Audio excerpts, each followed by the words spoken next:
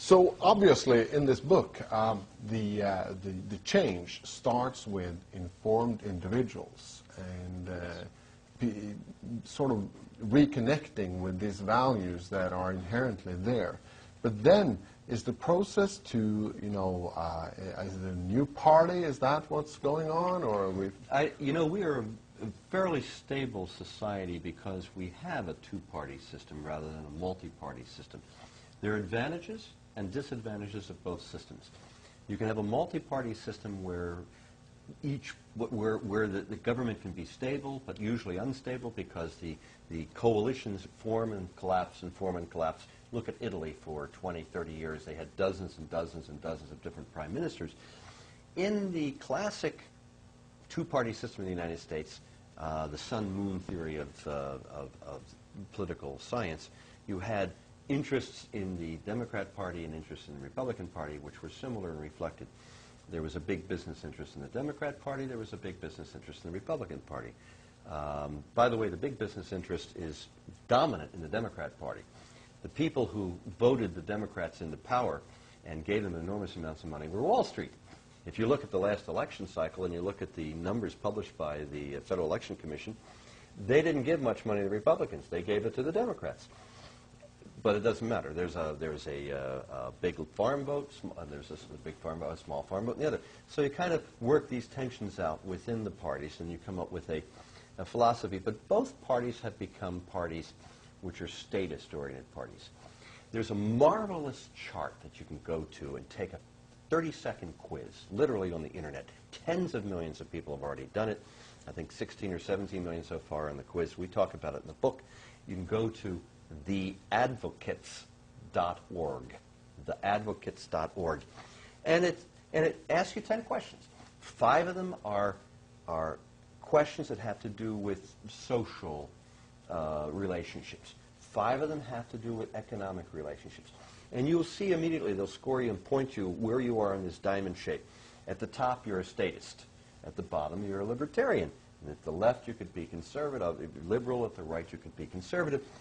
And you can see how you fit with your fellow Americans and also how you fit psychologically. And most Americans tend to be, they're not statists, they're libertarian. They tend to say, we don't think the government is part of the solution, right, it's part of the problem. Right. And the bigger the government gets, the less productive the private sector gets. Government cannot create wealth. Only the private sector can create wealth. Right. And only the private sector can create a mechanism of rewards for people who work hard, who save money, who invest, who build their own small businesses. And the challenge we have is sharing that knowledge with everybody so that people understand who are progressives. No, your path is a path toward totalitarianism. Right. And you're well-meaning, but you can't force morality on other people. It can only be adopted from the individual soul, their heart.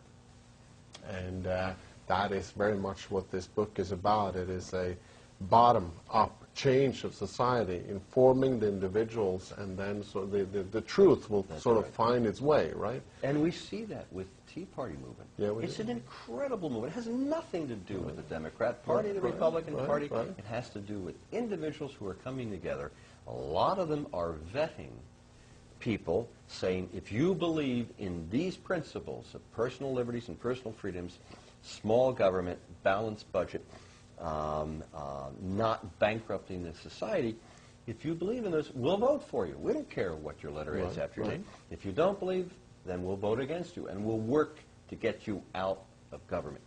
That's one thing that's happening. It is a grassroots process all over the country. Both parties are kind of nervous about it. One party is saying, come on, be our friend. That's the Republican Party. We'll take care of you. You treat us right. And the other party, the Democrat Party, because it's been hijacked by the progressives, saying, oh, no, those people are idiots, and they're jerks, and they're stupid, and they're not, we don't want to be with them. It would be better for the Democrats to say, because the Democrats, we need the Democrat Party. We need people in the Democrat Party. The fine old values of the Democrat Party of individual civil liberties are marvelous. The old Democrat Party, the party that was in favor of racism, the party that was in favor of slavery, the Jim Crow Party, I mean, that party was gone 50, 60, 70 years ago. Of course, the Republican Party was founded by Abraham Lincoln. So this is a party, again, which on one hand believed in personal freedoms. On the other hand, Lincoln objected to lots of people in the press going after him, and he just locked them up in prison and threw away the key for 4 or 5 years. After he was dead, a couple years later, the Supreme Court said, that was unconstitutional, what Lincoln did. Don't do it again. And then, let's see, World War II comes along, and there we go, locking up American citizens, Japanese American citizens, German American citizens, Italian American citizens, people born and raised here, patriots. Who did the locking up? Well, it wasn't the Republican Party in that case. Then it was the Democrat Party under Franklin Delano Roosevelt. Nonetheless, where does this craziness come from? It comes from the idea that the government can do everything, and you look to the government for all your solutions. And the real world is, I look to myself, I look to my family, I look to my friends, I look to the people down the street.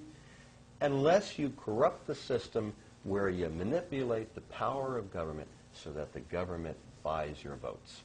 And we now have an entitlement system in this country where a lot of people vote to stay in their free housing, or they vote to re-elect people who are giving them grants and whatever, and you create an underbelly. Instead of nurturing people and saying, you can be successful, go out and do that. So our challenge as a society is to get back, and why we wrote Refounding America is a field manual. That's why we created the cover to look like a field manual you'd find in the Marine Corps. Right. Namely, to show people a method, a technique, a strategy, multiple strategies, to be able to reach out to the marketplace, to reach out and share the ideas, both for the neighbors down the street, and a lot of people have family where people, their own children, their own relatives don't quite get these ideas for freedom. And also to reach out into the political sphere, to reach out into and capture the attention of the media in a way that can tell a story to inspire people to be free. Exactly. Very good. Where can viewers find this book, Terry? Well, they can get it at our website, refoundingamericabook.com, in which case we will send you a autographed copy of the book if you order it there. You can buy, with links to our site or to other sites, e-books that are downloadable. E-books will be released shortly from Amazon Kindle and Apple iPad and Barnes & Noble and Borders. And you can also order it and get it through Amazon and, of course, bookstores.